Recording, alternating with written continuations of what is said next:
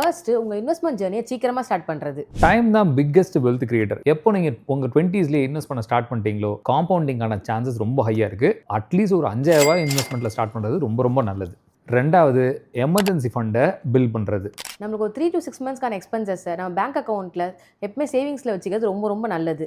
அப்போ தான் நம்மளுக்கு வீட்டில் ஏதாவது ஒரு எமர்ஜென்சி ஆனாலோ இல்லை திடீர்னு வேலை போனாலோ நம்மளுக்கு இந்த காசு யூஸ் ஆகும். பாயிண்ட் நம்பர் 3, பேட் டெப்த்தை அவாய்ட் பண்ணுறது நல்லது. அது ரொம்ப முக்கியம். ரொம்ப சின்ன வயசில் கடன் நம்மளால் ஹேண்டில் பண்ணுறதுக்கு கொஞ்சம் கஷ்டமாக இருக்கும். ஸோ இந்த கிரெடிட் கார்டை வாங்கி தேவையில்லாததுக்கு ஸ்வைப் பண்ணுறது, அவசியம் இல்லாத விஷயங்களுக்கு கடன் வாங்கி செலவு பண்ணுறதுலாம் அவாய்ட் பண்ணுறது ரொம்ப ரொம்ப நல்லது. பாயிண்ட் நம்பர் 4, ஃபினான்ஷியல் லிட்ரஸியை 20ஸ்ல லேர்ன் பண்ணுறது ரொம்ப ரொம்ப நல்லது. அதுவும் கரெக்டு தான். அப்போ தான் நம்மளால் நம்மளுக்கான பட்ஜெட்டிங், டாக்ஸேஷன், இன்சூரன்ஸ் பற்றி இதெல்லாம் நம்மளால் தெரிஞ்சிக்க முடியும். தேவையில்லாத ஸ்கேம்ஸில் நம்மளை ப்ரொடெக்ட் பண்ணிக்கவும் முடியும்.